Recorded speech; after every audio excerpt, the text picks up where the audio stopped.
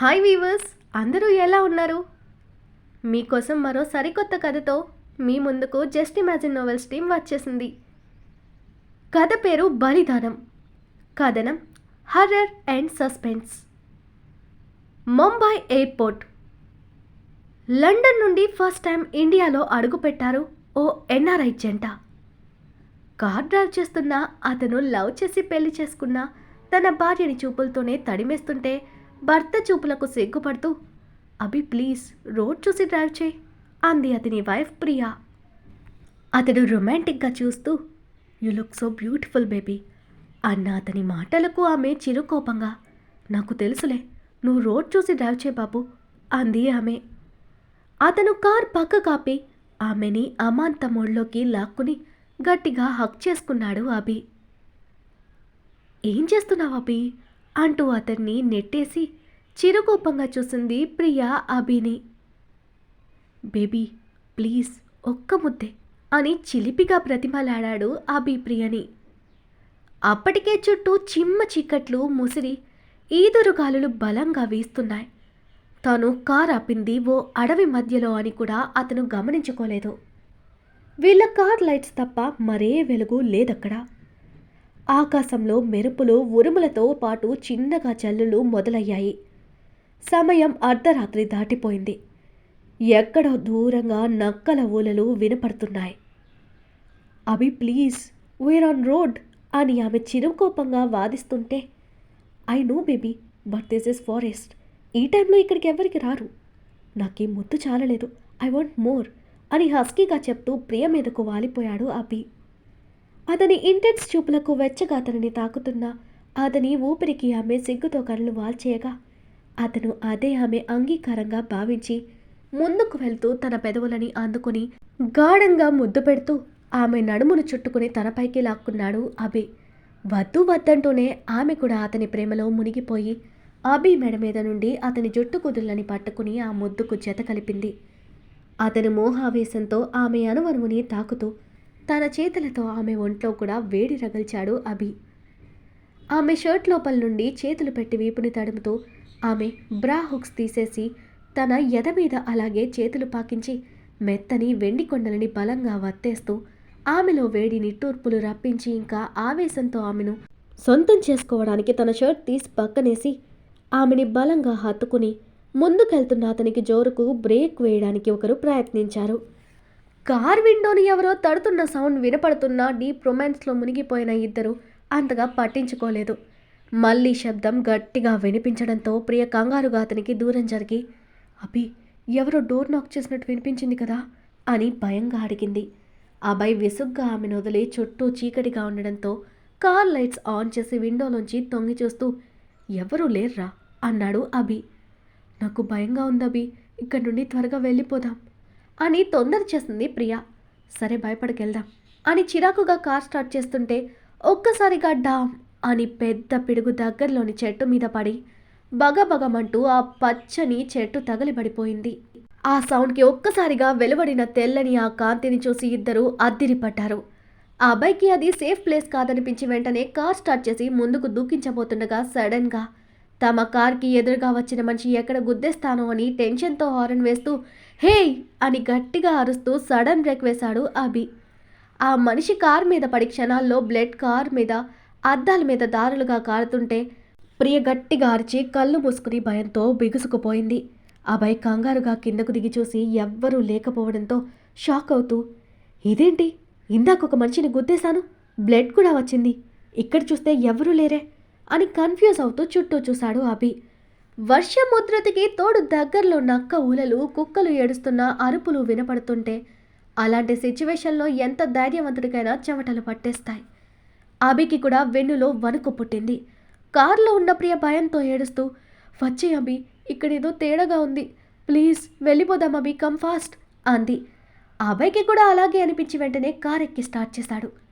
అంతవరకు కనపడని ఓ ముసలావిడి సడన్గా అక్కడ ప్రత్యక్షమైంది. కనురెప్పల నుండి తల వరకు తెల్లగా నెరిసిపోయిన వెంట్రుకలు, లోపలకు వెళ్ళిపోయిన కనుగుడ్లు, శరీరం వడలిపోయి మడతలతో చూడటానికి ఒక రకమైన భయం గొలిపే ఆమె అవతారం చూసి ప్రియ భయంగా అభి చేతిని గట్టిగా పట్టుకుంది. ఆమె అభిని కోపంగా చూస్తూ, నువ్విక్కడ అడుగుపెట్టి తప్పు చేశావు. అక్కడికెళ్తే చస్తావు. మీరనుకునేది ఏదీ జరగదు. వెళ్ళిపోండి అని గట్టిగా అరుస్తూ ఎలా వచ్చిందో అలాగే ఆ చీకట్లో మాయమైపోయిందావిడ. లండన్లో ఓ పెద్ద బిజినెస్ మ్యాన్ కొడుకు అభిమన్యు. అతని తాతయ్య చాలా ఏళ్ల కిందట ఇండియా వదిలి అక్కడ చిన్నగా బిజినెస్ స్టార్ట్ చేసి బాగానే ఎదిగాడు. తన తర్వాత కొడుకుని చైర్మన్ చేశాడు. అంతా బాగుందనుకునే టైంలో తన తాతయ్య యాక్సిడెంట్లో చనిపోయాడు. అత్యాసపరుడైన అభయ్ తండ్రి రమేష్ తమ వ్యాపారాన్ని ఇంకా పెంచాలని కొందరిని పార్ట్నర్స్గా చేసుకున్నాడు. అతను గుడ్డిగా నమ్మిన పార్ట్నర్స్ అతన్ని మోసం చేసి కంపెనీ దివాలా తీసేలా చేశారు. ఏం చేయాలో దిక్కుతోచని అతనికి తండ్రి లాకర్లో ఇండియాలో తమకు సంబంధించిన ప్రాపర్టీస్ చాలా ఉన్నాయని, అవి ఇప్పుడు కొన్ని కోట్లు విలువ చేస్తాయని తెలిసి వాటిని అమ్మకానికి పెట్టాడు. రమేష్ భార్య కాంచన, ఆమె హౌస్ వైఫ్. వాళ్ళకి 2 అబ్బాయిలు. పెద్దవాడు అభిమన్యు 24 సంవత్సరాలు, చిన్నవాడు విదుర్కి 20 సంవత్సరాలు. అభి కాలేజ్లో ప్రియని లవ్ చేశాడు. ఇరువైపుల ఫ్యామిలీస్ ఓకే చేయడంతో ఈ మధ్య ప్రియని పెళ్లి చేసుకున్నాడు. తన తాతయ్య అభిని కంపెనీకి ఎండీ చేయాలని అనుకునే టైంకి ఇదంతా జరిగిపోయింది. పూణే దగ్గరలోని వారి పూర్వీకులు ఉండేవారని, వారి ఆస్తిపాస్తులని ఆ ఊరిలోనే ఉన్నాయని తెలిసింది వాళ్ళకి.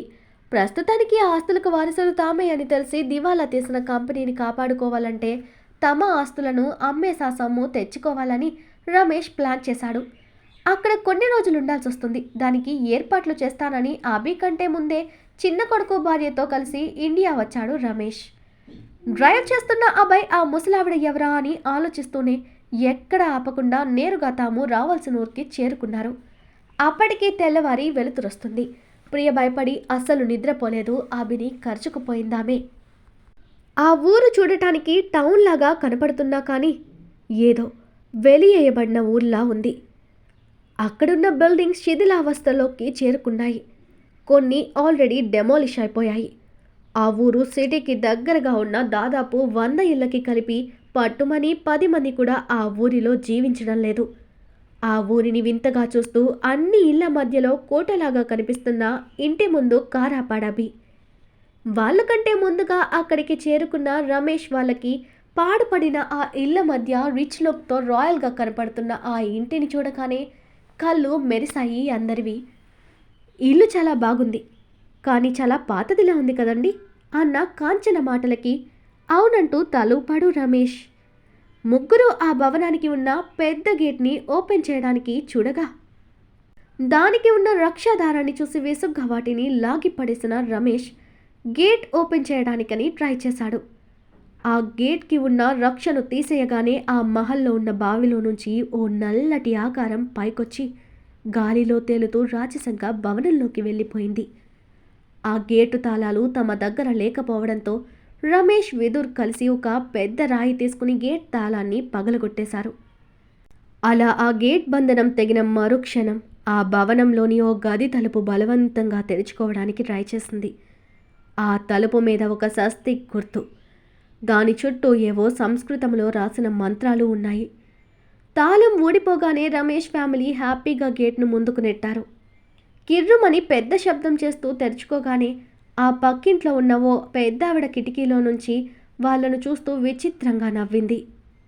ఆ భవనం మీదున్న ఆకారం వికృతంగా నవ్వుతూ ఓ గదిలోకి వెళ్ళిపోయింది.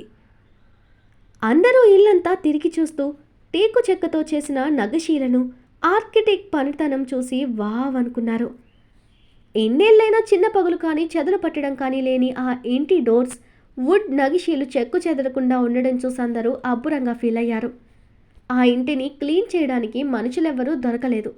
ఎంత డబ్బు ఇస్తామన్నా ఆ ఊరిలోకే అడుగు పెట్టమన్నారు బయట వ్యక్తులు. ఇక ఊరిలోని వాళ్ళంతా ముసలి వాళ్ళవ్వడంతో ఫీల్ అవ్వడం కూడా దండగని రమేష్ ఫ్యామిలీ క్లీన్ చేసి ఎవరికి నచ్చినా వారి గదిలోకి వాళ్ళు చూస్ చేసుకుని వెళ్ళిపోయారు. అబ్బా, ఇలాంటి అందమైన రాజభవనాన్ని పెట్టుకుని మనం ఇన్నాళ్ళు తెలుసుకోలేకపోయాం కదండి అంది కాంచన అబ్బురంగా ఆ ఇంటిని చూస్తూ రమేష్తో. నిజమే, కానీ దీన్ని కూడా సేల్కి పెడితే మన కష్టాలు తీరిపోతాయి. రేపటి నుంచి ఆ పనిలోనే ఉండాలి అని చెప్తూ బెడ్ ఎక్కాడు రమేష్. అభి గదిలోకి రాగానే ఫ్రెష్ అయ్యి వచ్చిన ప్రియని రొమాంటిక్గా చూస్తూ, బేబీ, ఈ చీరలో ఎంత హాట్గా ఉన్నావో తెలుసా అంటూ మీదకు లాక్కుని కిస్ చేయడానికి మెడ మీద బైట్ చేశాడు. హా అభి, ఏంటి నువ్వు చిన్నగా అరిచింది ప్రియ. అభి తనని ముందుకు తిప్పుకుని, నీ హమ్మింగ్ వాయిస్తో అభి అని నువ్వు పిలిచిన ప్రతిసారి నీ పిలుపు నన్ను పిచ్చివాణ్ణి చేస్తుంది బేబీ. ఇంత అందమైన నీలో ప్రతిదీ వండరే తెలుసా అంటూ ఆమె పెదాలను అందుకుని చేతిని చీర లోపలికి పోనిస్తూ ఆమె నడుముని మీటుతూ లాంగ్ ఫ్రెంచ్ కిస్ ఇస్తూనే తనతో సహా బెడ్ మీదకు చేరిన అభి ప్రియతో ఫుల్ రొమాన్స్లో మునిగిపోయాడు.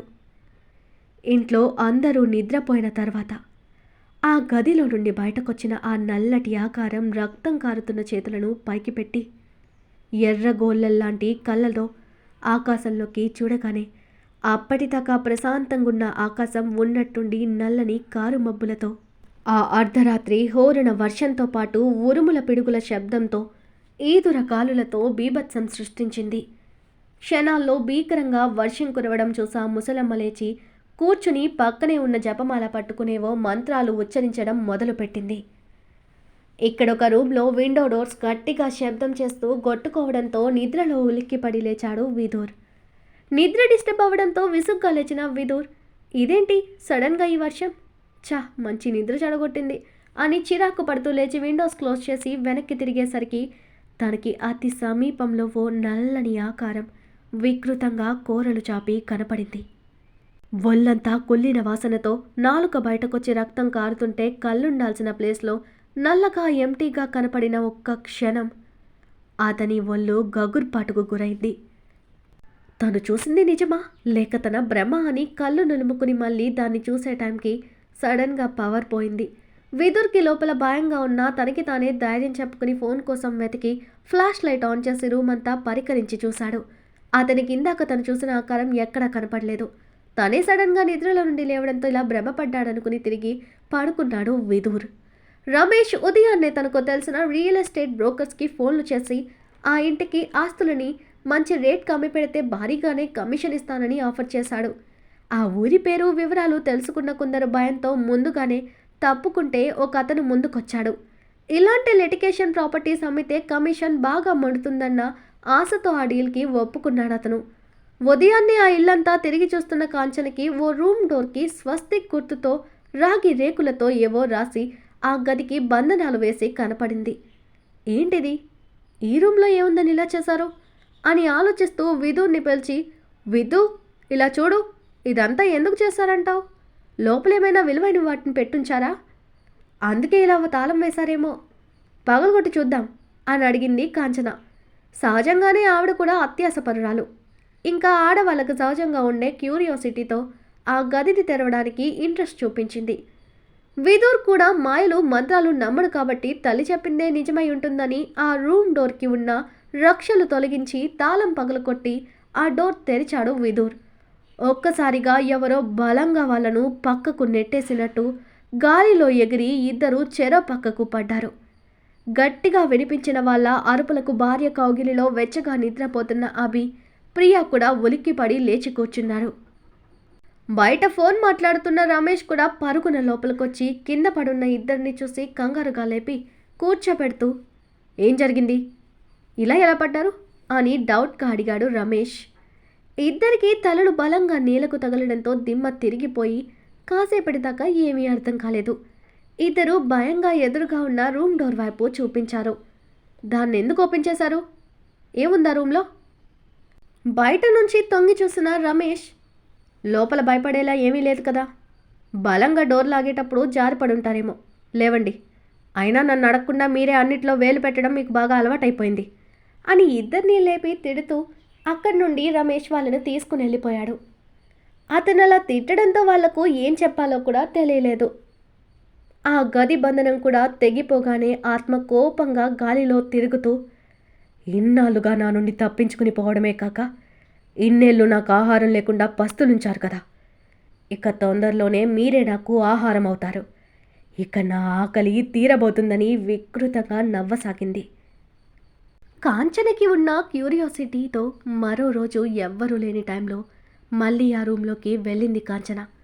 ఆ గదిలో ఏదో రహస్యంగా దాచారని ఆవిడ అనుమానం. ధైర్యమంతా కూడకట్టుకుని లోపలికి అడుగుపెట్టిన ఆమెకి అదొక పూజ గదిలాగా అనిపించింది. ఓ పాతకాలం నాటి ఇనుప పెట్టె, మరొక మూల చిన్న పీఠం లాంటి దాని మీద మెరుస్తున్న ఒక చిన్న మనిషి ఆకారమున్న బొమ్మ బంగారు వర్ణంలో మెరిసిపోతుంటే తన డౌట్ నిజమైంది. అది బంగారు బొమ్మే. దాన్నెవరు తీసుకుపోకూడదని గదికి ఇలా చేశారని అనుకుంటూ తన తెలివికి తానే మురిసిపోయిన కాంచన ఆ బొమ్మని ఆ పీఠం నుండి తన చేతిలోకి తీసుకునింది. అప్పుడే ఆ ముసలామి వణికిపోతూ చేతిలోని పూజా ప్లేట్ వదిలేసింది. కాంచన ఆ బంగారు బొమ్మను పక్కన ఉంచి ఇనుప పెట్టి కూడా తెరిచింది. అందులో ఏవో ఫోటోలు, కొన్ని బంగారు ఆభరణాలు కనపడ్డాయి. వాటి గురించి ఇంట్లో వాళ్ళందరికీ చెప్పి ఆ బొమ్మను చూపించి తన తెలివి గురించి తానే గొప్పగా చెప్పుకుంది కాంచన. అంతవరకు ఆ రూమ్లో ఏదైనా శక్తి దాకుందేమో, అందుకే దాన్ని లాక్ చేసుంటారు అనుకున్న రమేష్కి గోల్డ్తో పాటు ఆ బొమ్మను చూడగానే ఆ గదిలో విలువైన బంగారాన్ని దాచి ఎవరు పడితే వారు ఆ గదిలోకి వెళ్లకుండా భయపెట్టడానికే తలుపులు ఆ గుర్తు పెట్టారని, అనవసరంగా నా భార్యని తిట్టానే అనుకుంటూ ఆ బంగారంతో పాటు ఆ బొమ్మను కూడా తన దగ్గర దాస్తానని తీసుకుపోయాడు రమేష్. కిచెన్లో వంట చేస్తున్న ప్రియని అభి వెనక నుంచి హత్తుకుని ఆమె మెడ మీద కిస్ చేస్తుంటే ఉలిక్కి పడిన ప్రియ వెనక్కి తిరిగి, అభి ఏంటిది, వదులు, అత్తయ్య వస్తారు అంది చిరుకోపంగా. అమ్మ బయట నాన్నతో మాట్లాడుతుంది బేబీ అని నవ్వుతూ ఆమె పెదాల్ని అందుకోవడానికి దగ్గరకొస్తూ ఏమరపాటున విండో నుండి బయటకు చూసిన అతనికి ఎదురుగా బావి దగ్గర నల్లని ఆకారం, ఒళ్ళంతా రక్తం కారుతుంటే వికారంగా తమను చూసి అదోలా నవ్వుతున్నట్టు అనిపించింది. ప్రియని వదిలేసి ఫాస్ట్గా బయటికెళ్ళి చూశాడు అభి. అక్కడ ఏమీ కనపడలేదు. టెన్షన్గా లోపలున్న ప్రియ దగ్గరకు వెళ్ళామే చెయ్యి పట్టుకుని, బేబీ నువ్విక్కడుండద్దు, రూమ్కి వెళ్ళిపోదాం పదా అన్నాడు అభి. ఏమైంది అభి, వంట చేయాలి, అత్తయ్య నన్నే చేయమంది అని ప్రియ అంటుంటే, సరే త్వరగా చేయి, నేను ఇక్కడే ఉంటాను అంటూ చుట్టూ చూస్తూ ఉన్న అభికి హాల్లో సోఫాలో కూర్చున్న విదూర్ తల మీద పైనుంచి స్వీలింగ్ ఫ్యాన్ ఊడి పడబోతూ కనపడటంతో గట్టిగా తమ్ముడు అంటూ పరుగున వెళ్ళి అతన్ని పక్కకు లాగేశాడు. కింద పడి అయోమయంగా చూస్తున్న విదుర్ని పైకి లేపి, నీకేం కాలేదు కదా అని తమ్ముడిని అడుగుతూ టెన్షన్ పడుతున్న అభి వాలకం ప్రియకి డౌట్ వచ్చింది. కానీ పైకి మాత్రం పాతిల్లు కదా అభి, మేబీ అందుకే అది ఊడిపడిందేమో, నువ్వు అనవసరంగా కంగారు పడుతున్నావు అని సర్ది చెప్పింది ప్రియ అభికి. అదే రోజు రాత్రి నిద్రలో ఉన్న కాంచనకి, నీకు కావాల్సినంత సంపాదిస్తాను రా, నా దగ్గరికి రా అని ఎవరో పిలుస్తున్నట్టు వినపడి ఒక్కసారిగా ఆమె కళ్ళు తెరిచి నిద్రలోంచి లేచి అలాగే నడుచుకుంటూ నేరుగా తన బొమ్మను తీసుకొచ్చిన గదిలోకి వెళ్ళిపోయింది. తన ఎదురుగా ఒక అమ్మాయి నవ్వుతూ, బంగారం కావాలా కాంచన, నీకు బంగారం కావాలంటే నాకు చాలా ఆకలేస్తుంది, నా ఆకలి తీరుస్తావా అని అడిగింది. ట్రాన్స్లో ఉన్న కాంచన తీరుస్తా అన్నట్టు తల ఊపడంతో ఆ ఆకారం పొడవాటి తన కోరలు బయటకు పెట్టి ఆమె మెడని కసుక్కున కొరికింది. మరుక్షణమే బెడ్ మీదున్న కాంచన ఉన్నట్టుండి 4 అడుగులు గాలిలోకి లేచింది. తన ఒంట్లో బ్లడ్ బొట్టు బొట్టుగా కారి గాలిలో కలిసిపోతుంటే తాను ఆ బాధ భరించలేక మెలికలు తిరుగుతూ అరవడానికి గొంతు రాక కన్నీళ్లతో ఒక్కసారిగా బెడ్ మీద నుండి కిందకి పడిపోయింది. ఠప్ అన్న సౌండ్కి ఉలిక్కి పడి లేచిన రమేష్కి చెరలన్నేని పాలిపోయిన మొహంతో కింద పడి కనపడింది కాంచన. అప్పటి వరకు తన పక్కన నిద్రపోతున్న భార్య ఒక్కసారిగా అలా అయిపోవడంతో భయమేసి వెంటనే కొడుకుల సాయంతో హాస్పిటల్కు తీసుకెళ్లాడు. చెక్ చేసిన డాక్టర్ ప్రాబ్లం ఏమీ లేదు, మేం చూసుకుంటామన్నారు. కానీ ఉదయానికి తన ఇంట్లో ఒక్క చుక్క బ్లడ్ కూడా లేకపోవడంతో ఆమె చనిపోయింది. కాంచన ప్రాణం పోగానే ఆ ఆకారం ఆనందంగా ఎగురుతూ, ఇన్నాళ్ళకి నాకు మళ్ళీ ఆహారం దొరికింది అని గట్టిగా నవ్వుతూ మిగిలిన వాళ్ళ వైపు చూసింది. తామక్కడికి రావడం వల్లే తల్లి చనిపోయిందని వీలైనంత తొందరగా ఇక్కడి నుండి వెళ్ళిపోదామని తండ్రిని ఫోర్స్ చేశారు కొడుకులిద్దరూ. ఆ ఇంట్లో జరిగేదంతా ముసలావిడ మౌనంగా చూస్తూనే ఉంది. తల్లి దశదిన కర్మ చేయకముందే ఉన్నట్టుండో రోజు ఉదయం రమేష్ చలనం లేకుండా కింద నేల మీద పడిపోయి కనిపించాడు. రోజూ తమ ఇంటి వైపు చూస్తూ తనలో తానే ఏదో చెప్పుకున్నట్టు కనపడే ఆ పక్కింటి ముసలామె ఫస్ట్ టైం ఆమె మీద అనుమానం కలిగింది ప్రియకి. తండ్రికేమైందో అని ఆందోళన పడుతున్న అభితో, అభి ఇదంతా చూస్తుంటే ఎవరో మనపై బ్లాక్ మ్యాజిక్ చేస్తున్నట్టు అనిపిస్తుంది. ఆ ముసలావిడెప్పుడు ఇటే చూస్తూ నోటితో ఏవో మంత్రాలు చదువుతూ ఉంటుంది. తనపై నాకు డౌట్గా ఉంది అన్నది ప్రియ అభితో. విదూర్ కోపంగా, పదన్నయ్య, అదే నిజమైతే ఆ ముసలిదాన్ని చంపేస్తాను అని ఆవేశంగా ముందుకొచ్చాడు. ఆవేశపడకు విద్దు, నాన్నకి ఏం జరిగిందో తర్వాత తెలుసుకుందాం. ముందైతే ఆయన్ని హాస్పిటల్కి తీసుకెళ్దాం పదండి అని అప్పటికప్పుడే రమేష్ని కారులో హాస్పిటల్కి తీసుకెళ్లారు. ఆయన కింద పడ్డప్పుడు తల వెనుక బలంగా దెబ్బ తగిలి స్పృహ కోల్పోయారు. మరేమీ అవ్వలేదని చెప్పి ఇంజెక్షన్ చేసి పంపేశారు డాక్టర్.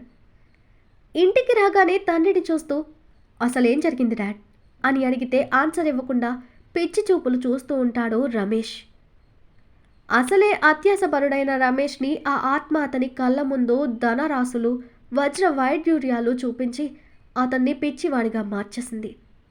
తల్లి శాశ్వతంగా దూరమైంది. ఉన్న తండ్రికి కూడా ఏమైందో అని భయం పట్టుకుంది వాళ్ళ ముగ్గురికి. తమ్ముణ్ణి తండ్రికి తోడుగా పెట్టి ఇంటికొచ్చిన అభి కోపంగా ప్రియతో కలిసి తమ పక్కనున్న ఇంటికి వెళ్ళి అవ్వా అని గట్టిగా పిలిచేసరికి ఆమె బయటకొచ్చి వాళ్ళని చూసి భయపడలేదు. పైగా జాలిగా చూస్తూ దూరంగా పోయి బ్రతికిపోయారనుకున్నాను ఇన్నాళ్ళు. కానీ మీ అందరినీ తిరిగి రప్పించిన అది ఎవ్వరినీ వదలదు అని భయంగా ఆ ఇంటినే చూస్తూ చెప్పింది ఆవిడ. ఏమంటున్నావవ్వా అని భయంగా అడిగింది ప్రియ ఆ అవ్వని. ఆవిడ కోపంగా, పాపఫలం, మీ వంశాన్ని ఓ ఆడపిల్ల శాపం వెంటాడుతుందమ్మా. మీ పెద్దవాళ్ళు చేసిన నీచమైన పనికి ఈ ఊరికి ఈ గతి పట్టింది. ఎవరు చేసిన కర్మ వారితోనే పోదు, తరాలని వెంటాడుతుంది. మీలో ఎవరు ప్రాణాలతో మిగలరు. ఆ పిశాచి మీ అందరినీ చంపి కానీ వదలదు అని చెప్పింది పెద్దావిడ. ప్రియ భయంగా ఆమె ముందుకొచ్చి, అంత మాట అనకండి, ఎవరో చేసిన తప్పుకు మేమెందుకు చావాలి? అసలు ఏం జరిగిందో చెప్పండి అవ్వా అని వేడుకుంది ప్రియ. ఆమె ప్రియ వైపు చూసి, సమస్య కాదు, పాపఫలం, పరిష్కారం దొరకదు, బలిదానం జరగాలి అని నర్మగర్భంగా చెప్పిందావిడ. అభి ఆమె మాటలకు వింతగా చూస్తూ, బేబీ నువ్వు పద, ఇవిడేదేదో అంటుంది అన్నాడు అసహనంగా అభి. నువ్వుండభి. అవ్వా, మా సమస్యకి పరిష్కారం మీరు మాత్రమే చెప్పగలరు. అసలేం జరిగిందో మీకు తెలుసని అర్థమైంది. మా పెద్దవాళ్ళు ఏం చేశారో చెప్పండి ప్లీజ్ అని ప్రియ బతిమాలింది ఆ అవ్వని. దానికి ఆ పెద్దావిడ నిట్టూర్చి గతం చెప్పడం మొదలుపెట్టింది. భారతదేశానికి స్వాతంత్రం రాకముందున్న రోజులవి. ఇదే ఊరిలో అబ్బాయి పూర్వీకులలో ఒకడైన నాగభూషణం తనకి ఉన్నదానితో తృప్తి పడక ఎవరైనా సంపన్నులుగా హాయిగా ఉంటే అసూయ పడేశాడు. తాను మాత్రమే రిచ్గా ఉండాలి, తమ కుటుంబమే ఆ ఊరంతటికి సంపన్నులుగా ఉండాలనుకునేవాడు నాగభూషణం. దానికి ఏం చేయాలని మార్గాలు అన్వేషిస్తున్న అతనికి ఒక ఆలోచన కలిగింది. ఊరికి దగ్గరలోని అడవిలో ఒక తాంత్రికుడున్నాడని తెలిసి అతన్ని వెతికి పట్టుకున్నాడు నాగభూషణం. అతనికి తన కోరిక చెప్పి మీకేం కావాలన్నా ఇస్తాను, నా ఆశ తీరాలని నాగభూషణం అడగడంతో ఆ తాంత్రికుడు కాసేపు ఆలోచించి, సరే ఇస్తాను, కానీ అందుకు నువ్వు ఒక పని చేయాలి అన్నాడు ఆ మాంత్రికుడు. నాగభూషణం మెరిసే కళ్ళతో, ఏమడిగినా చేస్తాను అన్నాడు. నీ సంతానంలో ఒక కన్యను తెచ్చి బలిగా ఇవ్వాలి అని అతను చెప్పగానే ఒక్క క్షణం ఆలోచనలో పడిన నాగభూషణం, అందరం గొప్పగా బ్రతకడానికి ఒకరిని చంపేయడం పాపం కాదులే, పైగా నా ఆశ కూడా తీరుతుంది అనుకుని అప్పగిస్తానని మాటిచ్చొచ్చాడు. అతనికి 4 సంతానం, 2 ఆడపిల్లలు, 2 మగపిల్లలు. మగపిల్లలకి పెళ్ళిళ్ళైపోయింది, ఆడపిల్లకి పెళ్ళిళ్ళవ్వలేదు. అదే అతనికి కలిసొచ్చింది. ఓ అమావాస్య నాడు ఆ మాంత్రికుడు అడిగినట్టే తన 14 ఏళ్ల కూతుర్ని తీసుకునెళ్ళాడు నాగభూషణం. అమాయకంగా తండ్రి వెంట వెళ్ళిన తనకి కంచె చేను మేయడం అంటే ఏంటో ఆ క్షణం తెలియలేదు. దట్టమైన అడవి మధ్యలోని ఓ గుహలోకి వెళ్ళగానే కాలి కింద పుర్రెలు చూసి భయపడి, నాన్న నాకు భయంగా ఉంది, వెళ్ళిపోదాం అంది ఆ పిల్ల. నేనున్నాను కదా, ఏం కాదురా, లోపల నీకు చాలా పెద్ద బహుమతిస్తాను అంటూ ఆ పిల్లని నమ్మించి లోపలికి తీసుకెళ్ళి ఆ మంత్రగాడికి అప్పగించిన నాగభూషణం తన బిడ్డను అతడు చేస్తున్న దాష్టికాన్ని కల్లారా చూస్తూ కూడా తండ్రిగా చలించలేదు. ఆ మాంత్రికుడు తను చేస్తున్న హోమం ముందు తాంత్రిక పూజలో ఆమెని కూర్చోబెట్టి ఆమె తలపై నిమ్మకాయ పెట్టి మంత్రాలు చదవగానే తను అతని వశమైంది. ఆ నిమ్మకాయ పగలగొట్టి ఆమెని ఆదేశంగా తనే బలపీఠమెక్కి తలని పెట్టింది. తన తలని నరికి బలిచ్చిన మాంత్రికుడు ఆమె ఆత్మని తన శక్తులతో వశం చేసుకుని ఆ ఆత్మని ఓ బొమ్మలో ప్రవేశపెట్టి నాగభూషణంకి అప్పగిస్తూ, కొంతకాలమే నువ్వేది కోరినా తీరుస్తుంది ఈ ఆత్మ. సరిగ్గా మరో సంవత్సరానికి ఇదే రోజు అమావాస్యతో పాటు సంపూర్ణ సూర్యగ్రహణం ఉంది. ఆ రోజు తనని విడుదల చేసి ముక్తి కలిగించాలి. నువ్వు ఎవరిని నాశనం చేసి ఆ సంపద నీకు కావాలనుకుంటావో ఆ మనిషి కట్టుకుని విడిచిన గుడ్డ ముక్క ఈ బొమ్మకి కట్టు. అదే నీ కోరిక నెరవేరుస్తుందని. కానీ జాగ్రత్త అని హెచ్చరించాడు ఆ మంత్రగాడు. నాగభూషణం ఆనందంగా ఇంటికొచ్చి భార్య మిగిలిన సంతానంతో, త్వరలో ఊరందరికంటే మనమే సంపన్నులు కాబోతున్నాం. అందుకుగాను నా చిన్న కూతురు ప్రాణత్యాగం చేసింది. తాను గొప్పది, ఈ నాన్న కడుపున పుట్టినందుకిలా రుణం తీర్చుకున్నదని గొప్ప ఘనకార్యం చేసినట్టు చెప్పగానే భార్య కడుపు తీపితో అతనిపై తిరగబడింది. కానీ నాగభూషణం ఆమెని లెక్క చేయక ఈ విషయం బయటకొస్తే నా శవం చూస్తారని ఇంట్లో అందరినీ బెదిరించి నోరు మూయించాడు. ఆ రోజు నుండి అతను ఆ ఊరిలోని సంపన్నులందరినీ ఆ ఆత్మ ద్వారా నాశనం చేసి ఆ సంపదనంతా తాను పొంది అనాది కాలంలోనే పెద్ద లక్షాధికారిగా మారాడు. కానీ ఆ బొమ్మ నుండి రోజు రాత్రి ఆవేదనతో కూడిన ఏడుపు వినపడేది ఆ ఇంట్లో.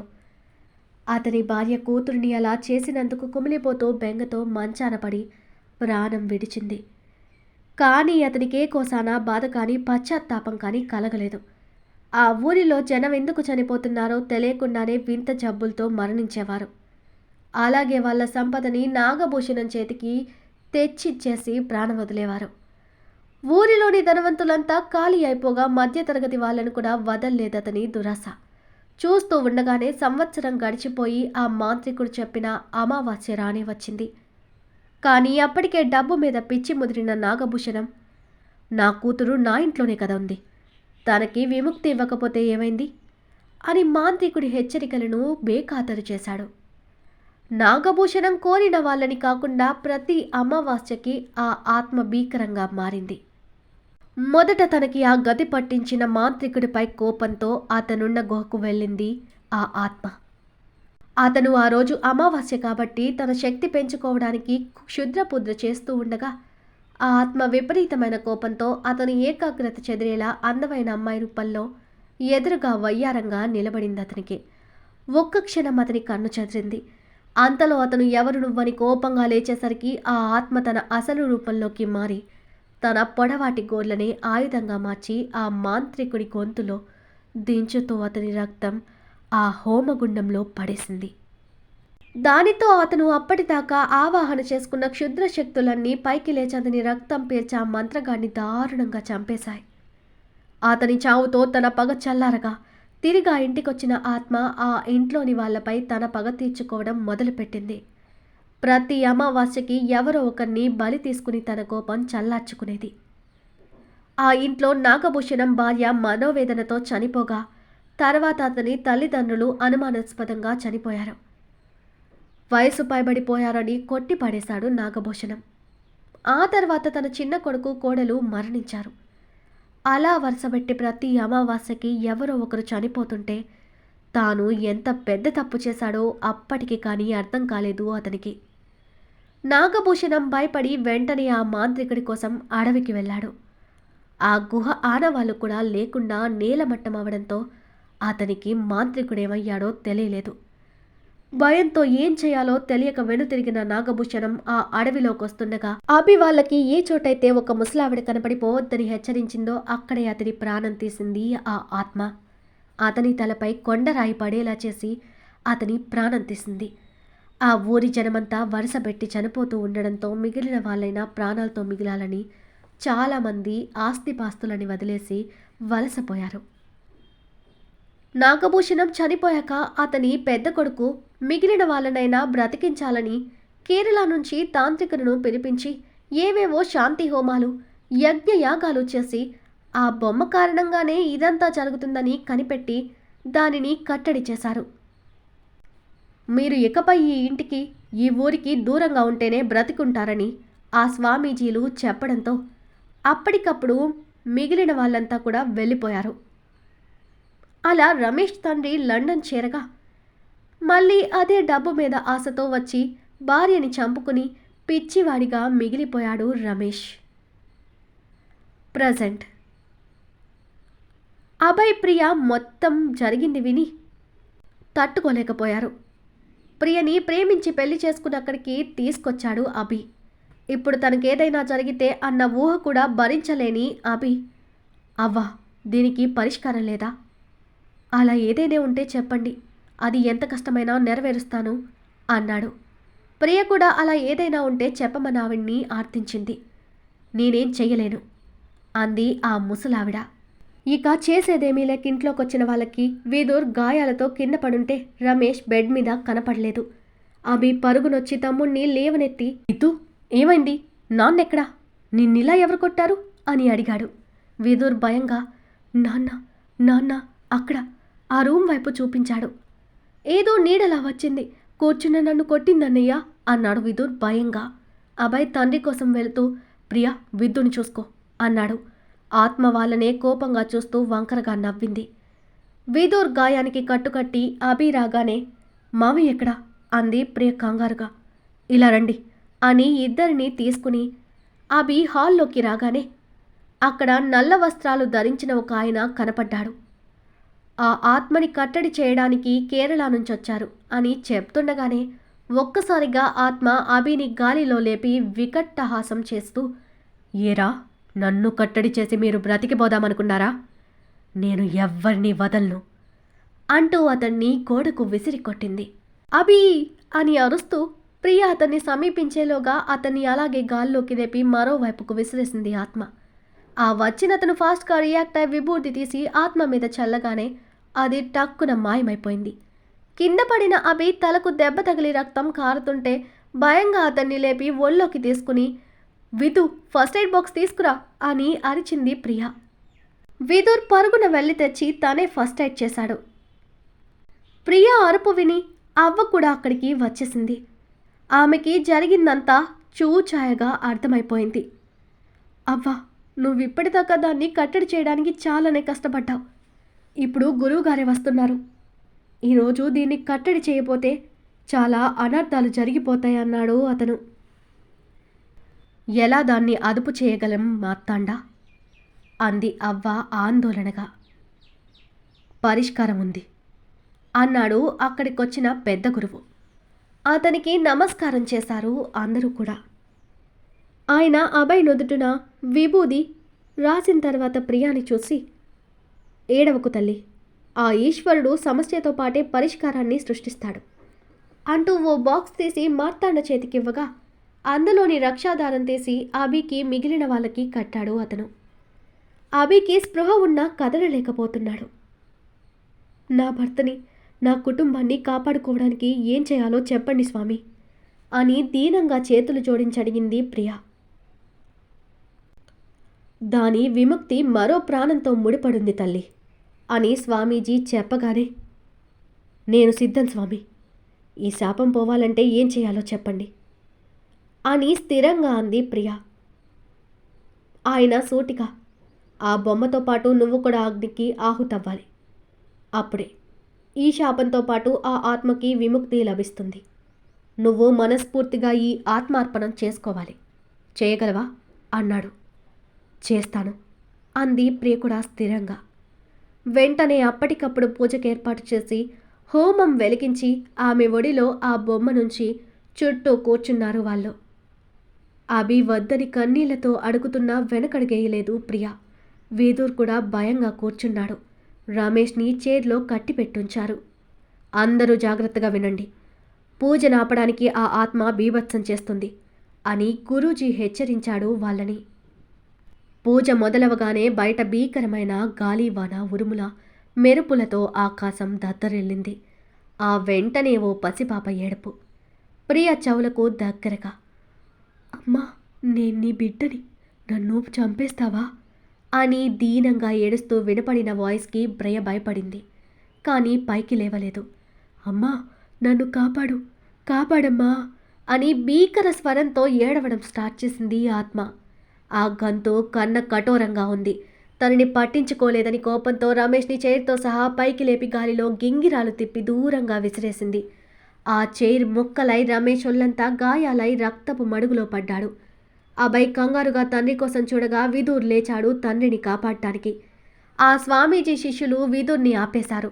గురూజీ గంభీరంగా ఎవ్వరూ కదలొద్దని చెబుతూనే మంత్రాలు కంటిన్యూ చేశారు. ఆ ఆత్మ ఓటమిని ఒప్పుకోలేక ప్రియ కదలకపోవడం చూసి అభిని చూస్తూ, రేయ్, నువ్వెప్పుడు లేచి నీ భార్యనక్కడి నుండి లేపలేదో నీ బిడ్డతో సహా నీ ముద్దుల భార్య చచ్చిపోతుంది అని తీవ్రమైన హెచ్చరిక చేసింది. అభికి చాలా భయంగా, బాధగా కూడా ఉంది. తన భార్య అంటే అతనికి పంచ ప్రాణాలు. వాళ్ళ ప్రేమకి ప్రతిరూపంగా రాబోతున్నదని నైట్ తెలిసి ఆనందంతో ఆ ఇద్దరు ఆ బిడ్డ గురించి ఎన్నో కలలు కన్నారు. కానీ ఇప్పుడు ప్రియ తను చెప్పిన వినే పొజిషన్లో లేదు. పైగా అప్పుడు ఆమె వెనకడుగు వేస్తే తనతో పాటు అందరూ ఆ ప్రేతాత్మకి బలై ప్రాణాలు పోగొట్టుకోవాలి. తమ పూర్వీకులు చేసిన పాపానికి తాము బలవుతున్నాము. కానీ తప్పదు. ఇది వాళ్ళతోనే పోవాలి. తర్వాత తరాలైన ఈ శాప విముక్తి పొందాలి, సంతోషంగా ఉండాలి అని అతని మనసు కఠినం చేసుకున్నాడు అభి. కాసేపటికి ప్రియ చుట్టూ మంటలు వ్యాపించాయి. అయినా భయపడకుండా కూర్చున్న ప్రియ తనకి అదే చివరి క్షణం అనిపించి అభిని చివరిసారిగా కన్నీళ్లతో చూసి చిన్న నవ్వుతో కళ్ళు మూసుకుంది. సుకుమారంగా పెరిగిన ప్రియ హోమం నుండి వస్తున్న వేడికి తాళలేక ఆ బలపీఠం మీదే కాసేపటికి స్పృహ కోల్పోయింది. అదే టైంకి అభి తన శక్తినంతా కూడా తీసుకుని లేచి భార్యతోనే తను కూడా అనుకుని ఆహుతి నవ్వడానికి ఆ మంటల్లోకి దూకేశాడు. అన్నయ్య అని విదుర్ బాధగా అరుస్తుంటే ఆ అవ్వ కూడా బాధగా ఆ జంటను చూస్తూ కాపాడమని భగవంతుణ్ణి వేడుకుంది. అదే టైంకి ఆ బొమ్మ మీద స్వామీజీ మంత్రించిన గంగాజలాన్ని విసరగా ఆత్మ ఆర్తనాదాలు చేస్తూ గాలిలోకి ఎగిరిపోయింది. తనొక నల్లని బూడిదగా మారుతూ మెల్లగా గాలిలో కలిసిపోతూ విముక్తి పొందిందా ఆత్మ. చివరగా కన్నీళ్లతో తన తల్లి రూపంతో ఉన్న ప్రియను ప్రేమగా చూస్తూ అంతమైపోయింది ఆ ఆత్మ. ఆ జంట త్యాగానికి భగవంతుడు కన్ను నుంచి వాళ్ళకి ఏమీ కాకముందే ఆ మంటలు ఆరిపోయాయి. స్వామీజీ వాళ్ళ మీద కూడా ఆ గంగాజలం జల్లి కూర్చోబెట్టాడు. నాగభూషణం చేసిన పాపఫలం అక్కడితో తీరిపోయి ఆ వంశాన్ని పట్టి పీడించిన శాపం నుండి విముక్తి కలిగింది. రమేష్ కోసం డాక్టర్ని ముందే పిలిపించి ఉండడంతో అతనికి వెంటనే ఫస్ట్ ఎయిడ్ చేసి అంబులెన్స్లో హాస్పిటల్కు తీసుకుని వెళ్లారు విదుర్. ప్రియని చేతుల్లోకి ఎత్తుకుని బెడ్ మీద పడుకోపెట్టిన అభిని పక్కకు రమ్మని స్వామీజీ ఆమె ఆ నుదుటున తన బొటని వేలిని ఉంచి మంత్రోచ్చారణ చేయగా ఆమెలో మునుపటి శక్తి తిరిగొచ్చి స్పృహలోకి కూడా వచ్చింది. తాను బ్రతికే ఉన్నానని అర్థమైన ప్రియ సంతోషంగా భర్తను చూసింది. అందరూ బయటకెళ్ళగానే అభి ప్రియని చుట్టేసి కన్నీళ్లతో ఆమె మొహమంతా ముద్దులు పెట్టి తన బేబీని కూడా కిస్ చేశాడు.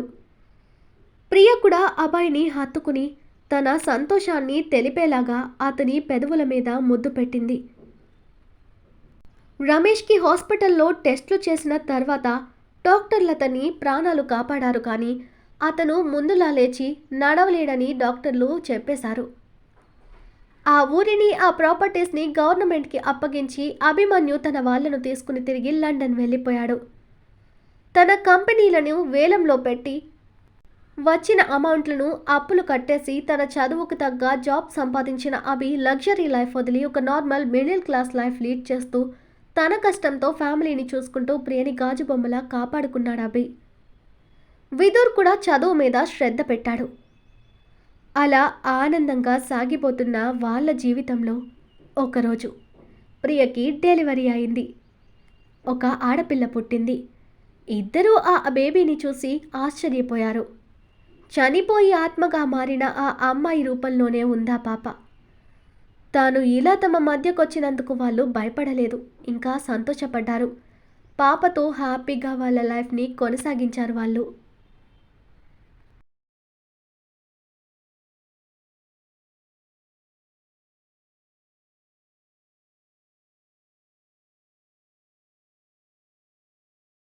ఈరోజు మన కథ ఇక్కడితో కంప్లీట్ అయింది. ఈ స్టోరీ మీకు నచ్చినట్టయితే ప్లీజ్ స్టోరీని లైక్ చేసి కామెంట్ రూపంలో మీ అభిప్రాయాన్ని తెలియచేయండి. అలాగే ఛానల్ని సబ్స్క్రైబ్ చేసుకుని షేర్ చేసి మాకు సపోర్ట్ చేయండి. నెక్స్ట్ అప్డేట్తో మళ్ళీ కలుద్దాం. అంతవరకు బాయ్.